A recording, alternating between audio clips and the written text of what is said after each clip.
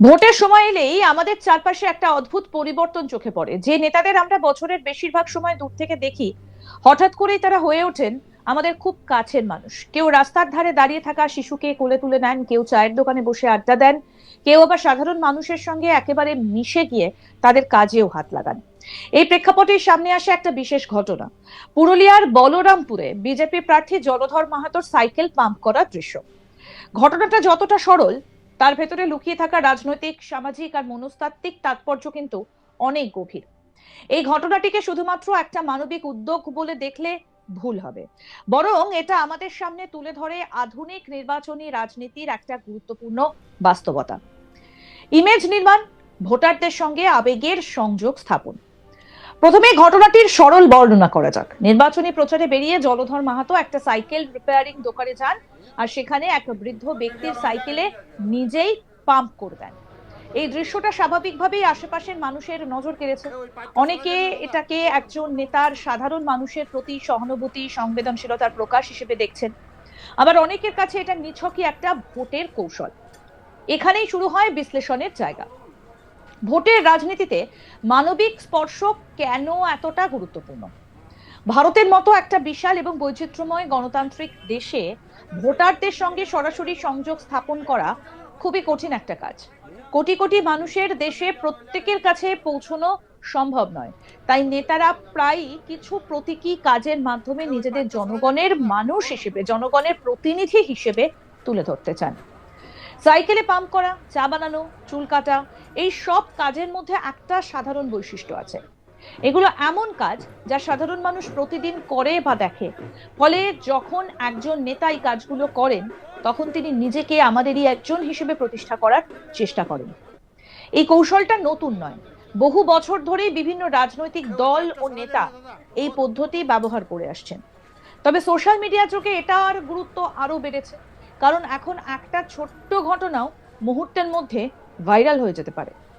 এই ধরনের ঘটনাকে ঘিরে সব থেকে বড় প্রশ্ন হলো, এগুলো কি সত্যিকারের মানবিকতা, নাকি নিছক অভিনয়?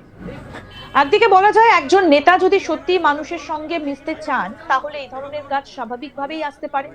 অন্যদিকে এটাকেও অস্বীকার করা যায় না যে নির্বাচনের আগে এই ধরনের ঘটনা হঠাৎ করেই বেড়ে যায়। এখানে ইমেজ পলিটিক্স বা ভাবমূর্তি নির্মাণের বিষয়টা সামনে আসে। আধুনিক রাজনীতিতে শুধুমাত্র নীতিমালা বা উন্নয়নের প্রতিশ্রুতি যথেষ্ট নয়, একজন নেতার ব্যক্তিগত ইমেজও সমান গুরুত্বপূর্ণ। তিনি কেমন মানুষ, তিনি কতটা সহজ সরল, তিনি সাধারণ মানুষের সঙ্গে কতটা মিশতে পারেন, এই সব বিষয়ে ভোটারদের সিদ্ধান্তে বড় ভূমিকা পালন করেন। জলধর মাহাতোর এই ঘটনাটাও সেই প্রেক্ষাপটে দেখা যেতে পারে। কি বলছেন জলধর মাহাতো, বলরামপুরের বিজেপি প্রার্থী? আসুন শুনি। এই গ্রামে এই বুথে জনসংযোগ করছিলাম, দেখলাম এখানে সাইকেল দোকানে এক কাকা এসেছিল, বয়স্ক লোক, উনি পাচ্ছিল নাই। তো আমি দেখলাম যে কষ্ট হচ্ছে, দাদা ব্যস্ত আছে, মিস্ত্রিও। আমি সেটা দেখি আমার খুব দয়া লাগলো, আমি নিজে আর কি হাওয়া দিয়ে দিলাম। এটা এরকম করে দিই। আর ধরুন যে কেউ জল খাবো বলে যদি নলকূপে যদি জল খেতে না পারে, তাহলে জল যদি পাম্প করে দেওয়া হয়, তাহলে কি কোনো অসুবিধা আছে? তার জন্য এখন এরকম কাজ চলছে, আমি যেটা দেখি সেটা করি যতটুকু পারি। একটা সামান্য ভিন্ন রকম কথা দেখা যাচ্ছে যে বাড়ি বাড়ি গিয়ে জনসংযোগ, কোন রকম বড় মিছিল আমরা দেখতে পাচ্ছি না, শুধু বাড়ি বাড়ি জনসংযোগ হচ্ছে। এটা কি বড় মিছিল? তার ভোট হয় নাই। ভোট তো দেয় গ্রামের ঘরের লোক, তার ঘরে না আসলে তার ভোট হবে না বড় মিছিলে। তাই আমি নিজে সিদ্ধান্ত নিয়েছি যে ডোর টু ডোর, বাড়িতে বাড়িতে গিয়ে মারাকে বলবো যাদের সমস্যা আছে সেই সমাধানগুলো করার জন্য। মানুষের সাড়া কিরকম পাচ্ছেন? দেখতেই তো পাচ্ছেন প্রচুর সাড়া। হ্যাঁ, আমার যা মানে কি বলবো আর উৎসাহ যা দেখতে পাচ্ছি যে আমি এমনিতে আমার বহুত ভালো লাগছে। না কাকুকে না বললো লোক আমার পিছনে আসছে, আর সবাই আমাকে আশীর্বাদ করছে। আপনার বিধানসভা এলাকায় কোনটা ইস্যু, জল না অন্য কিছু? আমার অনেক ইস্যু আছে। ধরুন স্কুল, জল, স্বাস্থ্য, হাসপাতালগুলা ঠিকঠাক করে। মানে সব থেকে গুরুত্বপূর্ণ কোনটা বলে মনে করছেন? একটা যদি জলেই নেই, খাবার পানীয় জল নেই, এখনো দূর দূর থেকে জল নিয়ে আসছে। আমাদের প্রতিনিধি সত্যজিৎ ব্যানার্জি কি প্রতিবেদন তুলে ধরলেন, আসুন দেখি।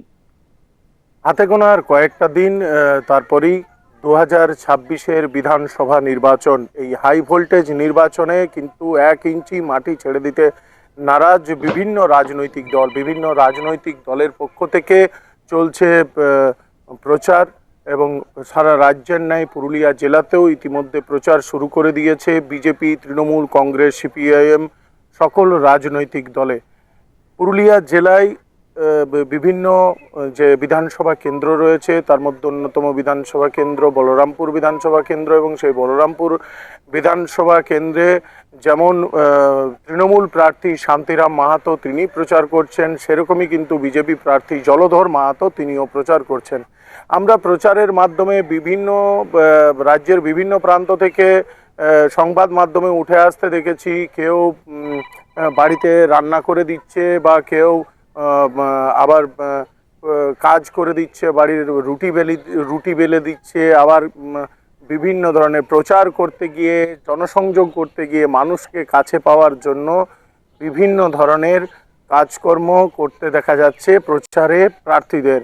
সেরকমই এক দৃশ্য উঠে এলো পুরুলিয়া জেলার এই বলরামপুর বিধানসভায় জলধর মাহাতো যিনি বিজেপি প্রার্থী তিনি প্রচার করছিলেন বলরামপুর বিধানসভার বিভিন্ন এলাকায়, এবং সেই সময় দেখা যায় এক বৃদ্ধ মানুষ সাইকেল দোকানে সাইকেল পাম্প করছে। তিনি সঙ্গে সঙ্গে সেই বৃদ্ধ মানুষের কাছে যান এবং সেই বয়স্ক মানুষটিকে সাইডে করে তিনি নিজে সাইকেলে চাকায় পাম্প করে দেন, এবং এই নিয়ে তাকে যখন জিজ্ঞাসা করা হয় তিনি বলেন যে আমরা সব সময় মানুষের সাথে থাকি, রাস্তাঘাটে থাকি, মানুষের পাশে থাকি, এবং এই ধরনের কাজকর্ম যেমন বিজেপি প্রার্থীর ক্ষেত্রে যেমন দেখতে পাওয়া গেল বলরামপুরে, রাজ্যের বিভিন্ন প্রান্তে বিভিন্ন প্রার্থীর কাছ থেকেও এই ধরনের কিন্তু কাজকর্ম লক্ষ্য করা যাচ্ছে, এই ধরনের প্রচার লক্ষ্য করা যাচ্ছে। কখনো ট্রোলের শিকার হচ্ছে বা কখনো তাদের যারা প্রতিপক্ষ